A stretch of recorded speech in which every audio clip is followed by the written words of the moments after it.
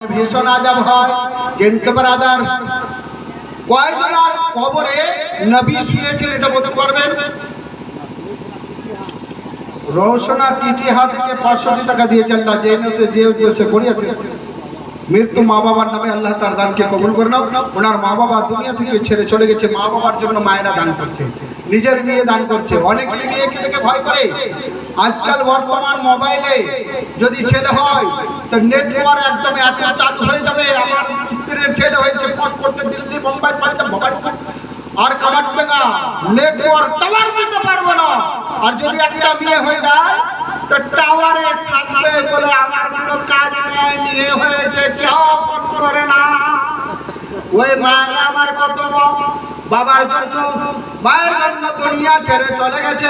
স্বামীর বাড়িতে কত কষ্ট করে সংসার চালাইতে হয়, নিজের ছেলে পেলেকে লালন পালন করতে হয়, আবার কবরের জন্য কিছু আখিরাতের সঞ্চয় করতে হয়, স্বামীর মন জয় করতে হয়, স্ত্রীর যারে স্বামীর মন জয় করতে হয়, বাবা মায়ের মন জয় করতে হয়, দুনিয়াদারের মন জয় করতে হয়, তার সাথে সাথে আবার আল্লাহর ইবাদত বন্দেগী করতে হয়। মায়েদের প্রতি ভীষণ চাপ থাকে। যাই হোক, মা আমার দিয়েছে 500 টাকা, আল্লাহ তার দানকে কবুল করে না। বলুন আমি খালেদা বিবি 100 টাকা তার দানকে কবুল করে না। বলুন আচ্ছা, ভাইজন বাবা ভবানীপুরের কি স্বামীর নামে? আচ্ছা, এটা আপনি দেখে দেন। হ্যাঁ, ভাইজন বাবা, ভাইজন বাবা, ভাই পৌঁছানে মানে ভাইজন বাবা আমার এই গ্রামে তো ছিল নিজের স্বামীর মোহাম্মতে আল্লাহ নিজের নাকের উলখিখানে গিয়ে মসজিদে দান করে দিল। আল্লাহ যে নিয়তে যে করেছে দান, আল্লাহ তুমি পূর্ণ করো তার মনের আরমান। স্বামীর মোহাম্মতে দিয়েছে মাওলা, তার স্বামী যদি কবরে কোনো আযাবে লিপ্ত থাকে মাওলা, তার আযাবকে তুমি দূরে সরায়া দাও, কবরের আযাবকে তুমি নাজাত করে দাও। আল্লাহ তার কল্যাণের রোজি রোজগার বরকত দান করো। খাদিজাতুল কুবরা বলে, কবরে এত অন্ধকার ঘর, এত নিরঞ্জন ঘর, যে কবরে কেউ কাউরের সাথে হয় না। আর নবী কয়জনের কবরে ঘুমিয়েছেন, শুয়েছেন? কবর খুঁড়ার পর শুয়ে যাওয়া এটাও সুন্নতের রাসূল বলে। মলবি নতুন ফতোয়া বলেন, ও নবী আমার কবরে শুয়ে দেখিয়ে দিয়েছেন 5 জনের জন্য। 5 জনের কবরে নবী শুয়েছেন, দেখিয়ে দিয়েছেন। তিনারা দাবি করেছিলেন, বলে ইয়া রাসূলুল্লাহ, আপনি নিজের পেটে বরফ যদি আমার কবরে লাগিয়ে দেন তাহলে তো নবী গো আমার কবরের আযাব থেকে আমি নাজাত পাবো। মা খাদিজাতুল কুবরা তিনি বলেন, আল্লাহ গো আমার কবরে যদি কত রকমের আযাব হতে পারে হুজুর আমি তা জানি না। কবর অন্ধকার ঘর, নিরঞ্জন ঘর, পোকামাকড়ের ঘর, কেউ আমার সাথে নয়। হুজুর আপনি আমার সাথে রয়েছে, আমার অনেক বিপদে আপনি সাথে আছে হুজুর, আপনি আমার সব সময় সাথে রয়েছেন। কিন্তু ইয়া রাসূলুল্লাহ কবরে তো আমার কেউ সাথে হবে না। বলেন নবী গো দুনিয়াতে মানুষের মতো যেমন কাফন দেওয়া হয়, আমি সেই কাফনখানা চাই না গো হুজুর। আপনার কাছে আমার একটাই আবদার ইয়া রাসূলুল্লাহ, আমি যখন দুনিয়া ছেড়ে বিদায় নিয়ে নেব নবী গো আপনার পরনের কাপড়গুলো যেন আমার কাফন বানায় দিন। আর যতক্ষণ পর্যন্ত হুজুর আপনি নিজের পিঠ মোবারক আমার কবরে না লাগাবেন, আপনি কবর ছাড়িয়েন না। আপনি আগে আমার কবরটাতে হুজুর আপনি শুয়ে যাবেন, তারপরে আপনি উঠে যাবেন ইয়া রাসূলুল্লাহ, তারপরে যেন আমি আমাকে ওই কবরে শোয়ানো হয়। কত নবীর সাথে মহব্বত, স্বামী স্ত্রী থেকে কত মহব্বত। নবী আমার বলেন, ও খাদিজা তুমি চিন্তা করো না, তুমি কবরকে দেখে ভয় করো না।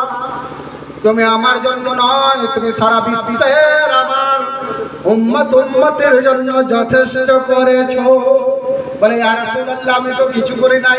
বলে কোথায় করনি? তুমি তোমার সমস্ত মাল ও দৌলত তুমি আমার পায়ের নিচে রেখে দিয়েছিলা। তুমি আরবের বুকে সবথেকে জোরদার নিয়েছিলে, তোমার সমস্ত ধন ও দৌলত তুমি আমার পায়ের পদতলে রেখে দেওয়ার পর তুমি এলান দিয়েছিলে। বলে ইয়া রাসূলুল্লাহ এই মাল দৌলতের মালিক আমি নয় হুজুর, আপনি এই সমস্ত মাল দৌলতের মালিক নবী।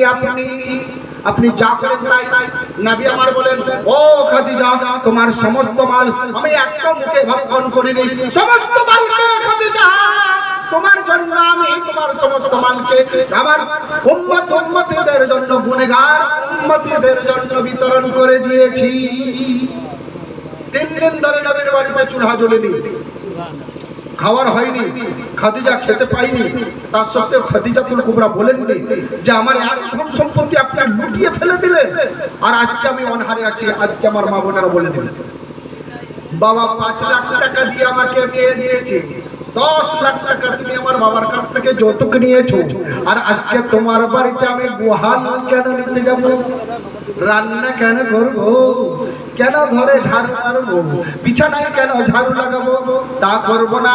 আমার মা বোনেরা বলে দেয়, বলে ও মা বোনেরা শোনে না, তোমার বাবা 5 লাখ দিয়েছে, তোমার বাবা 10 লাখ দিয়েছে, চেয়েছে দুটাই হারাম, এটা বাস্তব। কিন্তু মা আমার শুনুন, তোমার বাবার কাছে চেয়েছে, তোমার জন্য দিয়েছে, সেটাও হারাম দাও, হারাম দাও, হারাম, ওটা হারামের পর্যায়ে পড়েছে। কিন্তু মা তুমি আর হারাম করো না। বলে কেন? তুমি সেটাকে আর উত্থাপন করো না। মা খাদিজাতুল কুবরা সমস্ত মালকে দান করে দেওয়ার পর ইসলামের জন্য বিতরণ করেছেন। নবী আমার সেই সমস্ত মালকে বিতরণ করে দিয়েছে। নবীকে কোনোদিন না খেয়ে থাকার সত্ত্বেও কোনোদিন নবীর প্রতি না শুকরিয়া আদায় করেনি। খাদিজাতুল কুবরার জন্য নবী আমার বলেন, খাদিজা রে, তুমি ইসলামের জন্য যতটা করেছো, নিজের ধন দৌলতকে দিয়েছো, নিজের যৌবনকে দিয়েছো, নিজের সৌরভকে দিয়েছো, নিজের মালকে দিয়েছো, সবই লুটিয়েছো।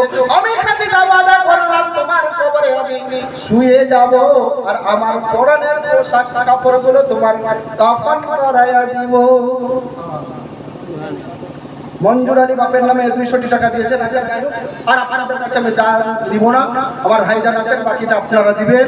তবে বাস 5 মিনিট, আর আমার কিন্তু ঘন্টা পড়ে গেছে, কথা বুঝতে পারছেন? মা খাদিজাতুল কুবরা নবী আমার বলেন, খাদিজা তুমি যেদিন থাকবে না, আমার পরনের লুঙ্গি, আমার জুব্বা, আমার মাথার পাগড়ি তোমার জন্য 5 খানা কাপড়ের কাপড় আমি দিয়ে দেব। আর নবীর কাপড় যদি আপনার গায়ে লেগে যায়, আপনার কাছে পৌঁছে যায়, আপনি ভাগ্যবান, আপনি জান্নাতে 100 বার জান্নাতি হবেন। বলে এই জন্য গুস্তাকে রাসূলেরা ফের এখন দাওয়া করে যে আমরা তো মক্কার ইমাম, আমরা মক্কাতে থাকি, মক্কায় বসবাস করি। যারা মক্কায় বসবাস করে তারা বলে, এখনকার দৌড়ে বর্তমান গুস্তাকে রাসূল যারা আছে তারা বলে যে যারা মক্কাতে আছে আমাদের ইমাম সব থেকে ইমানদার, বলে সব থেকে বেঈমান। মক্কার ইমাম যদি গুস্তাকে রাসূল হয়, ওই ইমাম হতে পারে না, ইমানদার হতে পারে না, বেঈমানদার হবে। বলে কেমন? উতবা ছিল মক্কাতে, আবু লাহাব ছিল মক্কাতে, আবু জেহেল ছিল মক্কাতে, ইয়াজিদ ছিল মক্কাতে। তারা যদি পরিত্রাণ পায় তাহলে তোমরাও পাবে। ওরা গুস্তাকে রাসূল, তুমিও গুস্তাকে রাসূল, ওরাও পাবে না, তুমিও পাবে না। কথা ঠিক না? আর মুহাব্বতিতে তারা পাবে। কিন্তু ব্রাদার, ওই